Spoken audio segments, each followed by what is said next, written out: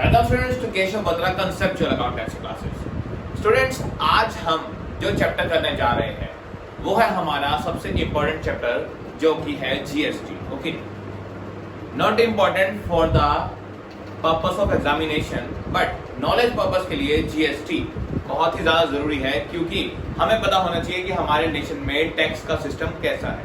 Okay, तो देखिए students, हमें पता है पहले क्या होता था। पहले हमारे यहाँ पर सेंट्रल लेवल पे और स्टेट लेवल पे, सेंट्रल लेवल पे और स्टेट लेवल पे बहुत सारे टैक्सेस होते थे अलग अलग। ओके, बहुत सारे अलग अलग टैक्सेस होते थे।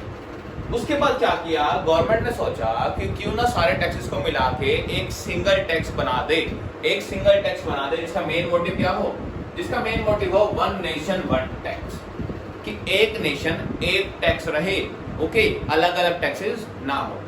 तो उसके लिए क्या लाए, ये इंट्रोडक्शन में लाए किसको, जीएसटी को, जिसकी फुल फॉर्म क्या है, goods and service tax. Okay, जो कि गुड्स के सेल परचेज पे और सर्विस पे लगता है, जैसा कि नाम है goods and service tax. Okay, ये कैसा टैक्स है जी, ये इनडायरेक्ट टैक्स है। इनडायरेक्ट टैक्स मतलब देखिए, ये आपको क्या होता है, आप कहीं भी गुड्स परचेज करते हो या सेल करते हो तो आपसे इनडायरेक्टली चार्ज किया जा रहा है, डायरेक्टली गवर्नमेंट नहीं ले रही। इनडायरेक्टली कैसे, किसके थ्रू जा रहा है, शॉपकीपर्स वगैरह के थ्रू। तो ये इनडायरेक्ट टैक्स है, आपका डायरेक्ट टैक्स नहीं है। ओके, तो ये एक पार्ट है इनडायरेक्ट टैक्स का। ये इफेक्ट में कब आया था, देखिए जी, ये जब कब से एप्लीकेबल हुआ, 1 जुलाई 2017 से। लेकिन पार्लियामेंट में उससे पहले ये पास कब हुआ था जी, ये पास हुआ था 24 मार्च 2017 को। 24 मार्च 2017 को पार्लियामेंट में ये पास हो गया था जीएसटी की, ये एप्लीकेबल होगा। और कब से इफेक्ट में आया, ये इफेक्ट में आया 1 जुलाई 2017 से एप्लीकेबल होना लगना शुरू हो गया। ओके, अब स्टूडेंट्स क्या हुआ, देखिए इसका मेन मोटिव क्या था, यूनिफाई सेवरल इनडायरेक्ट टैक्सेस, कि पहले जो बहुत सारे इनडायरेक्ट टैक्सेस लग रहे थे उन सारों को क्या करना, यूनिफाई करना, एक टैक्स बना देना। ओके, अब देखते हैं कौन कौन से टैक्स थे, कौन कौन से सेंट्रल लेवल के टैक्स थे और कौन कौन से स्टेट लेवल के टैक्स थे जिनको हमने जीएसटी में मर्ज कर दिया। देखते हैं। देखिए स्टूडेंट्स, सेंट्रल लेवल पे जो हमें टैक्स पे करने पड़ते थे वो होते थे हमारी excise duty. Okay, excise duty किस पे लगती है, ये एक्साइज ड्यूटी लगती है प्रोडक्शन पे। जब भी आप गुड्स को प्रोड्यूस करते हो, ओके, तो उसके ऊपर आपको क्या पे करना पड़ता है, टैक्स पे करना पड़ता है, उसे कहते हैं एक्साइज ड्यूटी।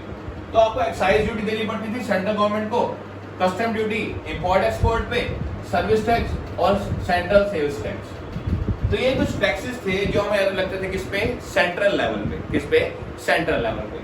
हमने क्या किया जी, चारों टैक्सेस को मर्ज कर दिया किसमें, एक सेंट्रल लेवल के जीएसटी में, जिसका नाम क्या है, CGST, central level of goods and service tax. Okay, central goods and service tax, CGST के नाम से हमने इसको नाम दे दिया। ओके, और जितने भी सेंट्रल लेवल के टैक्स थे हमने उसको इसमें मर्ज कर दिया सिंगल टैक्स में, जिसका नाम क्या है, सीजीएसटी। अब स्टेट लेवल पे ऐसे कौन कौन से टैक्स थे जो कि इसमें मर्ज हो गए एक सिंगल टैक्स में, वो देखते हैं। देखिए स्टेट लेवल पे पहले लगती थी ऑक्ट्रॉय ड्यूटी या एंट्री टैक्स। ऑक्ट्रॉय ड्यूटी क्या होती है जी, जब भी किसी दूसरे टाउन से किसी एक टाउन में कोई गुड्स आते हैं तो उस टाउन में एंट्री करने के लिए या उस सिटी में एंट्री करने के लिए क्या होता है, आपको एक टैक्स पे करना पड़ता है, उसे कहते हैं ऑक्ट्रॉय या एंट्री टैक्स। तो पहले ये लगता था, परचेज का टैक्स अलग था, वैल्यू एडेड टैक्स मतलब सेल्स का टैक्स अलग था, लग्जरी टैक्स अलग थे, लॉटरी के अलग टैक्स थे और एंटरटेनमेंट के अलग टैक्स थे। तो ये सारे टैक्स हमारे कैसे लगते थे, स्टेट लेवल पे। ओके, स्टेट लेवल मतलब एक स्टेट के अंदर ये सारे टैक्सेस हमें पे करने पड़ते थे। हमने क्या किया, इन सारे टैक्सेस को मिला के एक सिंगल टैक्स बना दिया। वो कौन सा है, वो है एसजीएसटी, जिसका नाम है state level of goods and service tax. Okay, SGST में हमने इन सारे टैक्सेस को मर्ज कर दिया। तो अब बेसिकली हमारे कौन से टैक्स हो गए, ये बेसिकली हमारे टैक्स हो गए सीजीएसटी और एसजीएसटी। एक और है आईजीएसटी, उसके बारे में बाद में बात करेंगे। ओके, मेनली तो हमारे ये तो है कौन से सेंट्रल लेवल और सेल्स लेवल के टैक्स, स्टेट लेवल के। ओके, अब कौन कौन से टैक्सेस के रेट्स डिफाइन हुए थे, वो कौन कौन से थे जी, वो थे 0% जो कि बिल्कुल भी टैक्स नहीं लेगा, जिन पे जीएसटी, जो जीएसटी एग्जम्प्ट गुड्स होंगे, और 5% रेट आया जी, कुछ आइटम्स ऐसे थे जिन पे 5% टैक्स लगेगा, एक था 12%, एक 18% और एक 28%। ये 5 क्या आए हमारे रेट्स आए किसके, टैक्सेस के। तो इनके बारे में हम बाद में डिस्कस करेंगे कि कौन किस किस चीज पे कौन कौन से रेट्स एप्लीकेबल होते हैं। अभी जानते हैं कि जीएसटी की नीड क्यों पड़ी। देखिए एक तो मैंने बता दिया कि एक नेशन एक टैक्स हो, इसलिए इसमें क्या आता है जी, इसमें एक कास्केडिंग इफेक्ट है जिसके बारे में जानना बहुत जरूरी है कि कास्केडिंग इफेक्ट क्या था जिसकी वजह से जीएसटी की नीड पड़ी थी।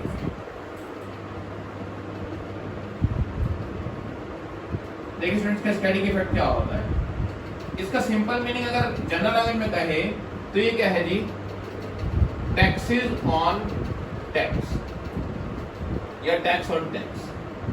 मतलब टैक्स के ऊपर भी पहले क्या लगता था, टैक्स लगता था। कास्केडिंग इफेक्ट का मतलब क्या है कि हमें टैक्स के ऊपर भी टैक्स पे करना पड़ता था। एग्जांपल देखते हैं, मान लीजिए स्टूडेंट्स मैंने एक मशीन कोई गुड्स प्रोड्यूस किए, मैं कह रहा हूं मैंने गुड्स प्रोड्यूस किए, ओके, कितने रुपीस के, 1000 रुपीस के मैंने गुड्स प्रोड्यूस किए, ओके। अब प्रोडक्शन में मुझे क्या पे करना पड़ेगा, मुझे देनी पड़ेगी इसकी एक्साइज ड्यूटी। क्या, एक्साइज ड्यूटी। मान लीजिए मैंने इसके ऊपर 100 रुपए एक्साइज ड्यूटी पे की, 10%। एग्जांपल ले रहा हूं, ओके। 100 रुपए मैंने क्या पे किया, इसके ऊपर एक्साइज ड्यूटी प्रोडक्शन का चार्ज पे किया, ओके। उसके बाद क्या होगा जी, अब ये कितने के हो गए, 1100 के। कितने के हो गए, 1100 के वो गुड्स हो गए। अब जब आगे क्या होगा, आगे इसके ऊपर जो अगला टैक्स लगेगा वो लगेगा वैट, जो कि जिसका दूसरा नाम क्या है, सेल्स टैक्स। पहले इसका नाम सेल्स टैक्स था, बाद में चेंज होकर क्या हो गया है, वैट हो गया है, तो अब इसका नाम क्या है, वैट है, ओके। तो अब जब हम उस गुड्स को सेल करेंगे तो भी हमें क्या पे करना पड़ेगा, वैट पे करना पड़ेगा। वैट पे करना पड़ेगा कितने पे जी, वैट लगाए कितने पे, 1000 पे या फिर 1100 पे। ये रूल था पहले कि टैक्स किस पे लगेगा, वैट लगेगा इस 1100 के अमाउंट पे। तो मान लीजिए 5% वैट पे करना पड़ा, ओके। तो 5% वैट पे करना पड़ा, कितना हो गया जी, ये हो गया 1100 का 5% 55 रुपए।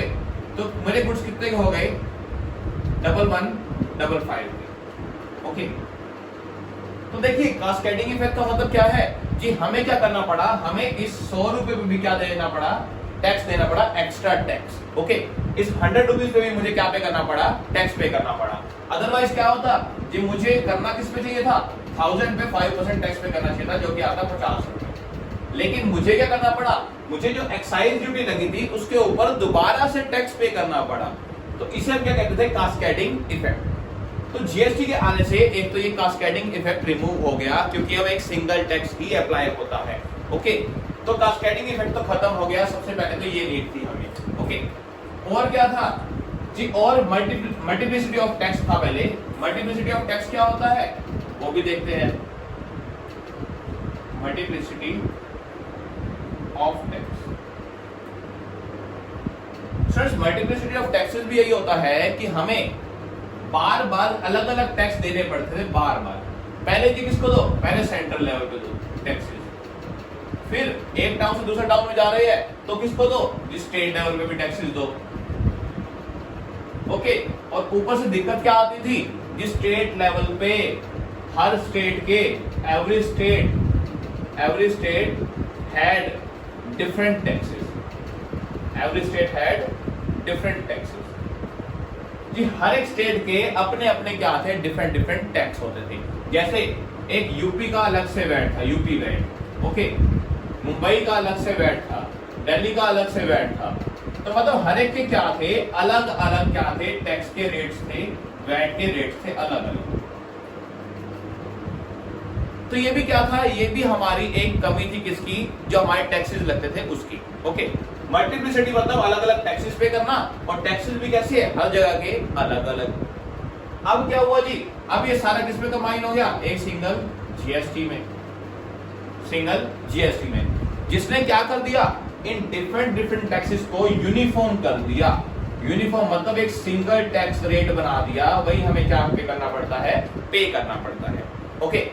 तो स्टूडेंट ये था हमारा क्या, कि हमें जीएसटी की नीड क्यों पड़ी। लेकिन स्टूडेंट्स ध्यान रखिए, अभी भी कुछ आइटम्स ऐसी है, अभी भी कुछ आइटम्स ऐसी है जिन पे जीएसटी अप्लाई नहीं होता, जिन पे अलग टैक्सेस लगते हैं। जिसमें क्या आते हैं, जिसमें आता है पेट्रोलियम, ओके, या फिर अल्कोहल ड्रिंक्स। अल्कोहल की जितनी भी आइटम्स है, अल्कोहल ड्रिंक्स वो, या फिर पेट्रोलियम, और भी कुछ आइटम्स है जिन पे की अभी भी कोई और टैक्स लग रहा है, जीएसटी नहीं लग रहा। उसका रीजन क्या है जी, इन पे ऑलरेडी जो टैक्स लग रहा है ना, वो जीएसटी से ज्यादा रेट का लग रहा है। देखिए जीएसटी की मैक्सिमम टैक्स रेट क्या है 28%। ओके 28%। इन पे क्या है जी, इन पे ऑलरेडी 28% से एक्सेस क्या लग रहा है, 28% से एक्सेस इनके ऊपर टैक्स पहले से ही लग रहा है। ओके तो स्टूडेंट ये ध्यान रखना, जीएसटी का मीनिंग हमें क्लियर हो गया। जीएसटी क्यों नीड क्यों पड़ी, क्यों जीएसटी इंपॉर्टेंट था हमारे लिए लाना। ओके हमें ये पता लग गया कब ये इफेक्ट में आया, कब से एप्लीकेबल होना शुरू हुआ और कौन कौन से दो टैक्सेस बने, एक सेंट्रल लेवल और एक स्टेट लेवल। अब बताते हैं स्टूडेंट्स, देखिए टैक्सेस का मतलब लगते कैसे हैं, परचेज पे या सेल में। देखिए हमने दो टैक्सेस बनाए, एक इनपुट और एक आउटपुट, इनपुट और आउटपुट।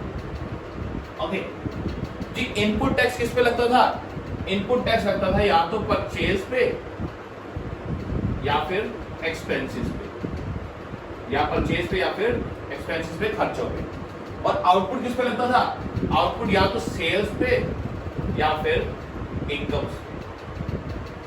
ओके अब स्टूडेंट ध्यान रखना, जीएसटी एक टैक्स है लेकिन ये टैक्स किसी भी शॉपकीपर पे बर्डन नहीं है, किसी भी शॉपकीपर पे ये क्या नहीं है, बर्डन नहीं है। क्यों नहीं है वो सुनिए जी, जो भी पर्सन टैक्स, जो भी पर्सन गुड्स बना रहा है, ओके वो क्या पे कर रहा है, वो टैक्स पे कर रहा है।